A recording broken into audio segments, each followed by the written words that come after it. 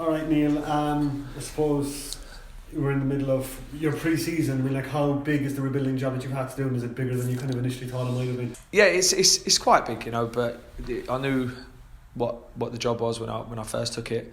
When I'd spoken to the chairman and everybody else about what was needed, I knew it was going to be a big job. So and it's proven to be that. So we're fortunate that we've got a good crop of young players coming through the academy and through the 19. So that's helped me a bit.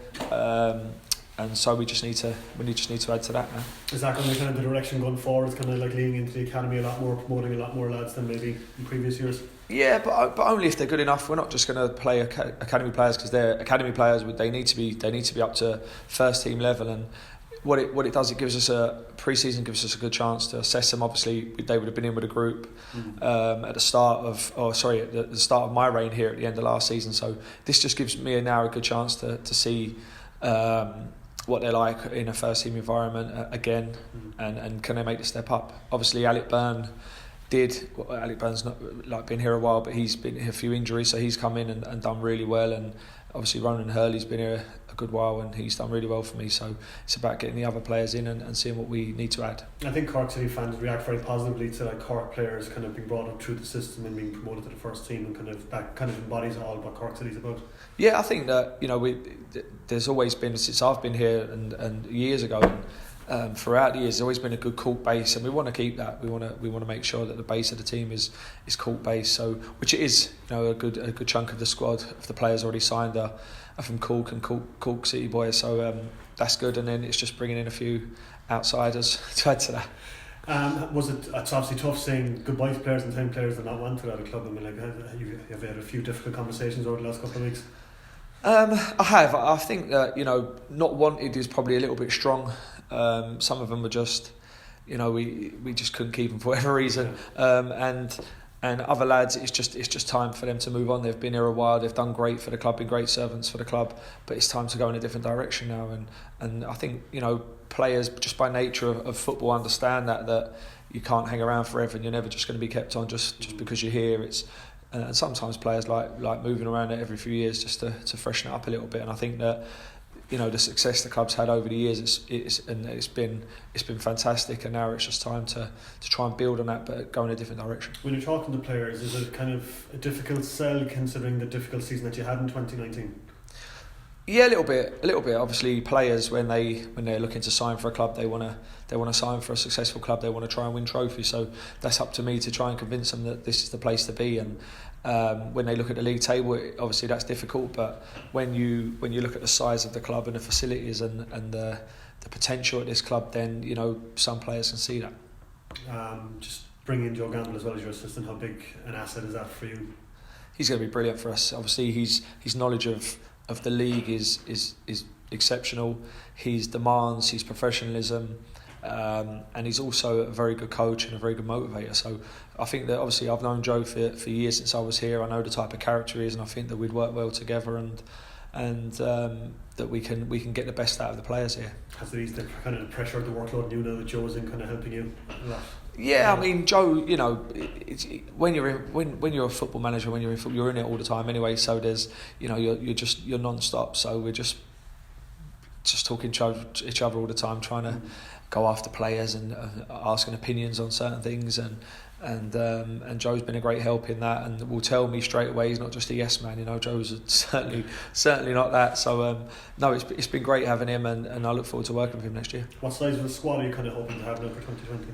I think that if we're including professional players here, there'll probably be 24 at the start of the season. Whether or not a couple need to go out on loan, a couple of the younger players, whether or not a couple of players brought in on loans, but around 24 is a number that, just looking at the squad and what we have at the moment, is going to be probably where we're at. So like 2 11s, 3 11 for like training kind of thing. Ideally, you'd like 2 players for every position. Obviously, you'd like a few players that can play in 1 or 2 different positions. So we'll certainly be looking for those. But if we're like I say, some of the younger lads, the 19s coming up, will they be ready for the first team? We'll find that out by the end of January. If they need to go out on loan to get games, then obviously we'll try and do that for them. But by starting of pre-season and into pre-season, we'd hope to have that number. And what's the target now for like 2020? Expecting to be competing for the European places straight away, even challenging for the title, or is that going to be kind of a multi-year project? I think it's multi-year projects are great in theory, but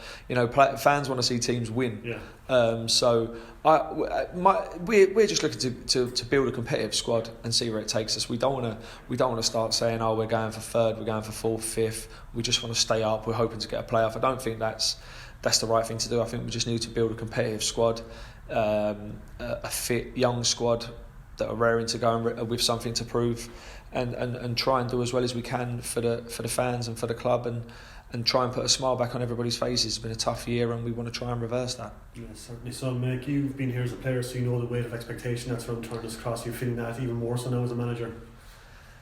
A little bit. As a player, you are sheltered a little bit from it because you only hear it really on match days and obviously a couple of people in the street maybe, but when you're a manager, you're just hearing it just from people, in the office or whatever, or just around the place. You get the vibe, but I think it's time just to forget last season and try and build on that and get the positivity back, because when you are doing well, there's no better club to play at in the country, with the support and the fans and everyone buying into it, and certainly when I talk to players, it's the one thing that I always say to them is that if you're doing well, then they'll love you down here and it's a great place to play. And I'm sure that a lot of players get excited about that, and which is why they've had success with good signings before. So yeah, it's time to just move on from last season and just put the positive vibe back on it.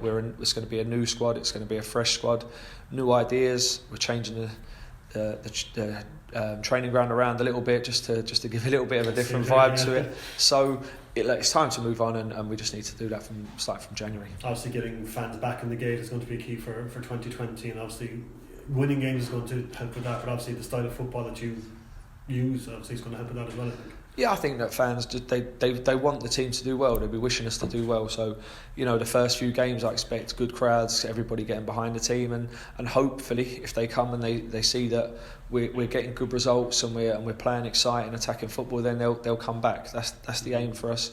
With obviously locally a few local players thrown in as well, so it's exciting times for the club, I think, and I think it's time for us to build on that and get the fans and the crowds rallying behind us. I saw Dimmer Desmond has invested in Shamrock Rovers £2 million. You see the money that Dundalk have. When you're chasing players in the League of Ireland, is it kind of a very difficult prospect, kind of selling the club and you see the money that they have compared to Cork City? Yeah, I mean, you're not, we know where we're at, so we're not trying to chase the same players as Cork City, as Dundalk and Shamrock Rovers. We know where we're at, so we're going after the players we think that we can get. We've spoken to a few. It's not easy. It's never going to be quick. It was always going to be quite a long, drawn out process through just making sure they're the right player with the match our ambitions. So a couple of players have moved to different places and we've missed out on, for whatever reason, loads of different reasons. So we just keep looking and keep searching and keep trying to get the players we want in. So when does pre-season start officially? So starts beginning of January, 2nd of January, and obviously we've got the use of the Mardite, the facilities there are unbelievable, and different, and here as well, which is great for the players. So we can't wait to get going, and they've all got the lads that have signed so far have all got a plan to be doing over Christmas, so they don't eat too much turkey and they don't get too out of shape, and they had 2 weeks off and then they're back onto that. So we just can't wait to get going from January. Plenty of laps at Bishopstown then after that. yeah, all with a ball. Anyone wanted to sign, it's all with a ball. Neil, as we record this on Monday, it's 14 years to the day since the 2005 league title win. Is it? Yeah, I didn't know that. Today, which time is flying, obviously. That was a very, very special time for the club. And obviously, I'd imagine a particular highlight for you as a player. Yeah, it was brilliant. It was what we'd worked for the season before and that season leading up to it. And it wasn't easy, we had a lot of ups and downs that season, but we just kept going and we had a great team spirit. I think that's probably what got us over the line in the end, was the team spirit. A great squad of players. We wanted to work hard, some good talented players, and just a really good vibe around the place. And my best time of my career was the 3 years I spent here, And the football he played on the Rico as well was just a pleasure to Yeah, watch. yeah, we played. You know, we just had good attacking players. It was hard to do anything else. You know, even if you look at Dan Murray at centre back, just wanted to play football, and Danny Murphy, and you know, whoever, John O'Flynn, Georgie, Joe. It was just a good, talented squad of players, but who wanted to work hard, who wanted to play for the club, who loved playing for the club, and you know, we had some long coach trips in those days with not mobile phones they were around, but there wasn't a lot to do on them. So we had to have to talk to each other and spend a bit of time with each other, which we did. We spent a lot of time with each other and we socialised a lot with each other. So it was a great team spirit. Is that playing style under Damien something you tried to emulate in your own managerial career? I think, yeah. I mean, Damien was just brilliant. Go out and play, go and beat them, going out fight them, and out think them, and that's something that I certainly like to do. I like to have the ball and I like to play, as I like to call it, front foot football, and that's what we're trying to play. We're going to try and attack teams and try and beat teams. So certainly that was Damien's mantra as well. So.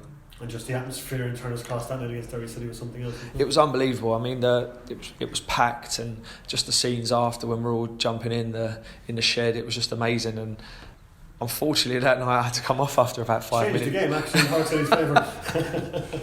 After 5 minutes, Dennis done exceptionally well, and I was sitting there with a sore hamstring, and I'd never pulled my hamstring before, and never even tweaked it, so I don't know what was going on. But so but it was a great night anyway, and you know, it was just brilliant. It was fantastic for the fans to. I think it was a while since they'd last won it, so it was great for everybody, and like I say, the scenes of us in the shed and on the pitch now will be with me forever. And getting those things back at Turner's Cross in the near future is obviously your aim. Yeah, exactly. I mean, those nights they don't leave you, and certainly as a manager, you keep trying to tell the players, you know, there's lots of things you can do in your life, but you can't beat the feeling of winning and being successful and winning trophies, and certainly when you look back at your memories of stuff, it's not how well you did individually, it's the group feeling of winning a league or winning a cup. It just never leaves you.